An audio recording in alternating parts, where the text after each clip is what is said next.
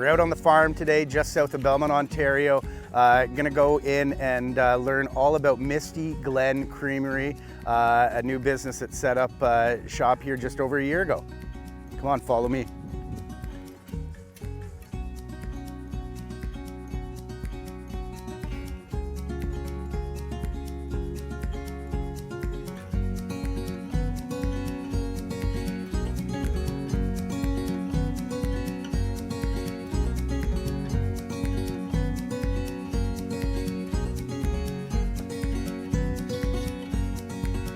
Here with Chris from Mistyglen Creamery, just south of Belmont. And I was here the day you guys opened. Big fan of cheese curds myself, but I know your business has a lot more to it, and I was hoping you could just start off by telling us a little bit about it. Sure, yeah. So we thought about doing on-farm processing about roughly 8 years ago. We were considering doing more fluid milk at that time. We then took it off the table because we had built our dairy barn and it was fairly new at the time, so huge investment into that.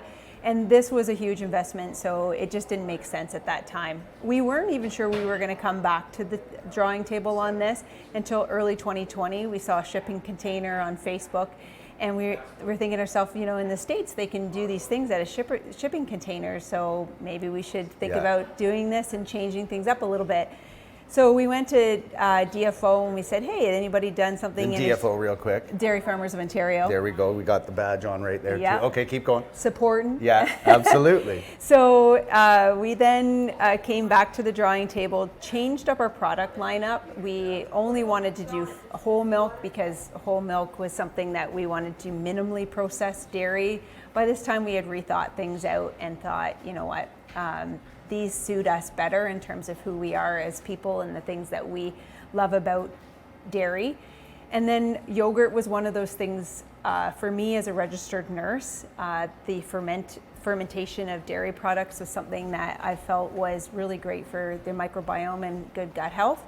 So we wanted to make sure we did yogurt as well. And then the cheese curds were fun. There you go. Yeah. So let's go. You mentioned a number of products. Whole milk. Yep. And I can say it comes in at least chocolate, strawberry, and white chocolate flavors around Christmas. I know very much. Yeah. And then the yogurt, which I've had as well.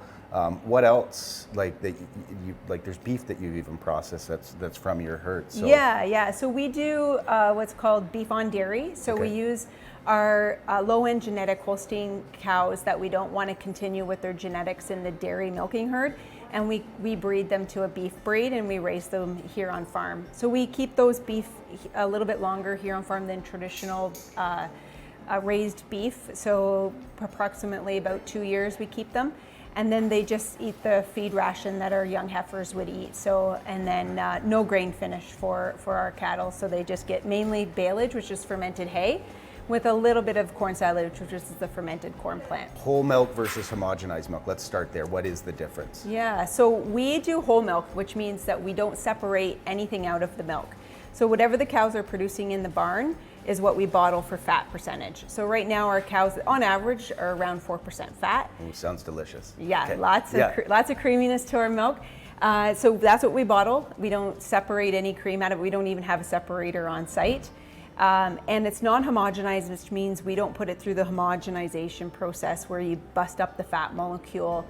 So our cream rises to the top, which is what raw milk would do. And then tell us about the pasteurization piece too, because that's unique about your business, your cows, the way and the product that you ultimately give out to customers. So we pasteurize through vat pasteurization, which means that we can pasteurize it at the lowest temperature possible. So we pasteurize at 63 degrees for 30 minutes. So every degree of temperature we know decreases the micronutrients in milk as well as the enzymes in milk to make it digestible. So I think that's why we see people coming in, they're able to drink our milk because we do the minimum processing to it, as well as the minimum temperature pasteurization for it. So we can control things like the speed of the agitation. We're very conscious of how fast we pump milk, and our milk only travels 100 feet. So it travels, the barn is directly behind the creamery here. Okay. And we move it over ourselves and it's used fresh. So every week fresh milk comes out of here. And you grew up on a farm and this is kind of part of your life. What does that mean? Like what's like, I think I've seen your kids work here at points as well too, Yeah. but this is a... So being raised on a farm is a culture, and you have, a lot of farm kids only know hard work because there's plenty of work to go around for the whole family. So I think that there is that piece of, I come from a farm, know what it's like to have to live that lifestyle and that culture. And I love agriculture. So one of the reasons that we built this place was so that I could come back to the farm and have something and sort of come out of working for somebody else as a nurse and be able to have something on my own.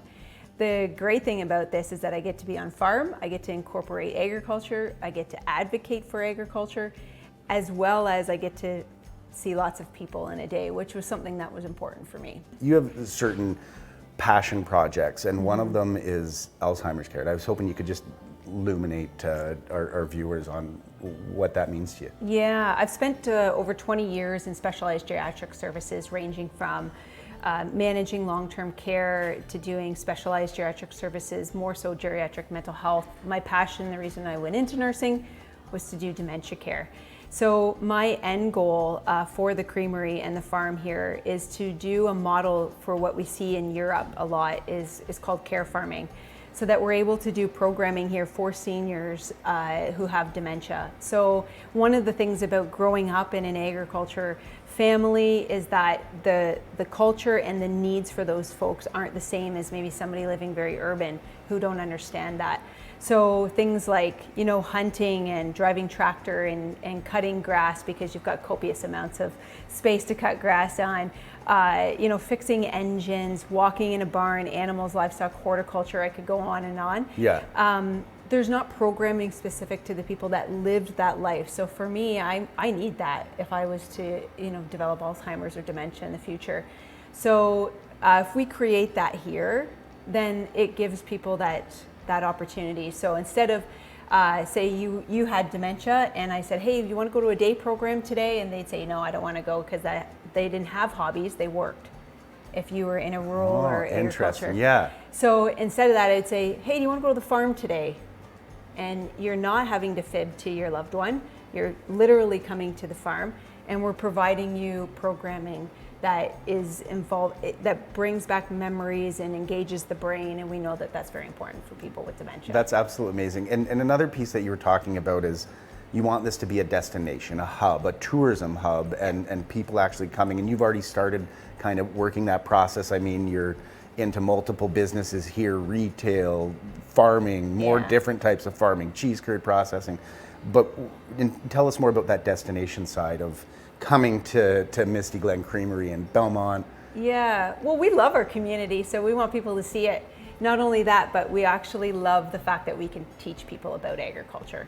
So that's the thing that really engages us about about being a destination is the fact that they come here and we can offer you information about how farming is and dispel myths that we think are happening on farms in this day and age. So the main push behind being a destination is let us help teach you and let us give you the opportunity to come to a farm. Like, again, come to Belmont, just south of Belmont. It's York Line. Yep. There we go, York Line, remember that properly. Where else can they find the product locally? So locally, we are at the Fire Hall Market in Port Stanley. We're at Brywood. We're at Burke's Farm Market. We're at DeBakker's Farm Market. We are at Evelyn Sausage Kitchen in Shedden, Elgin Feeds in Elmer, the Bitter Herb in Dorchester, and I hope I didn't miss anybody. Well, that's all right. Yeah, I mean, you got Elgin County and most of our actual electoral riding covered with that. Yeah. And again, it's not far to get out here to Belmont. So, yeah. I mean, congratulations. Love your business, everything that you do. The product is amazing. We're going to go into the backside and see how all these cheese curds are made.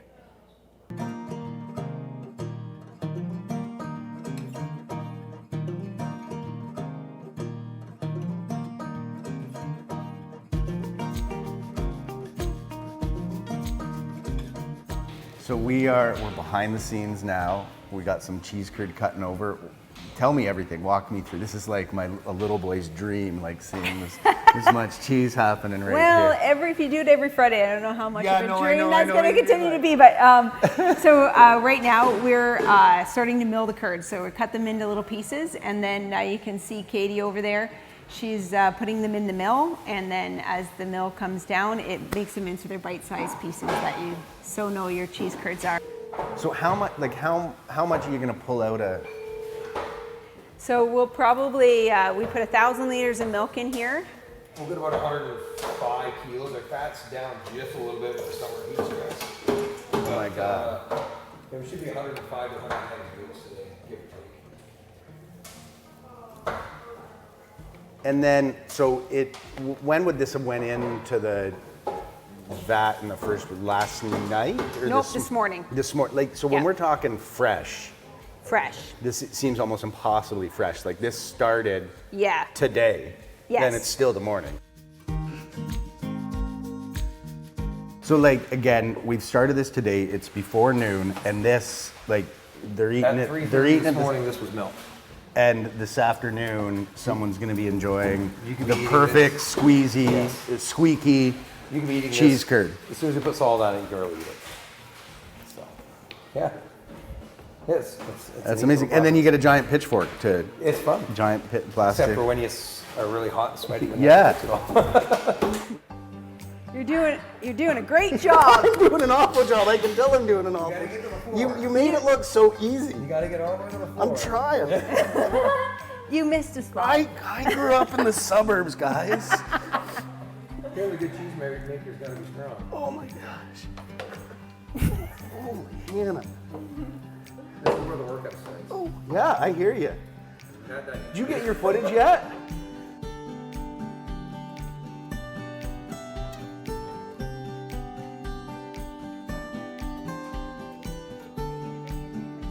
So as they're cutting this up, over on the other side, they're actually preparing some flavor to go into the cheese curds. One, what's the most popular flavor right now? And Yeah. what other the flavors on option? So our most popular flavor is dill pickle, 'Kay. which you can't see on camera, but you can You smell can smell, in here. yeah. So we, by and large, sell far more dill pickle than any other flavor. Okay, But okay. one of our very first flavors that we put out was our loaded potato. It is our second most popular flavor. Sounds fantastic, yes. And I would say some of the other flavors that are gaining popularity is the sour cream and onion. Okay. That's your favorite? Alrighty. And my favorite is the cheesy bolognese or cheesy bolognese, however you say your. Cheesy bologna. Ella nicknamed it cheesy bologna. Cheesy bologna, okay, there we go. And but the sweet and smoky seems to be picking up, which is like a maple smoky flavor. Okay. So I would say those are probably the top ones that we see. However, every week we always think we're going to do 5 flavors, and then you can see all those tubs lined up down there. Yeah. We're doing more than 5 flavors. So. And then we mentioned off the top, obviously, family business. This is your daughter right here. Yeah, this is Katie. Turning the cheese bricks into cheese curds. She's the muscles There in we this, go, I in know, this you can situation. tell. Yeah. So if we were doing poutine curds, we'd be cutting these really thin like this. Just to get a little smaller and so then, they can... Yeah, and then they would go in. We have a different grid for the mill that Okay. puts them a little bit smaller. So we actually just purchased that this summer to help with our food truck folks who want them just a bit Ooh, smaller. okay, so what food trucks can we get? So the Streetery, they use our curds for their poutine, and Herm's Snack Wacky. Herm's, Yeah, that on Burwell Road in Yep. St. Thomas, 100%. They have our curds, and occasionally the meat candy. Okay. Meat candy food truck uses our curds in their poutine. So they get them fresh every week. So it makes a difference in your poutine. Preach into the converted or whatever, Yeah, so yeah. there we go.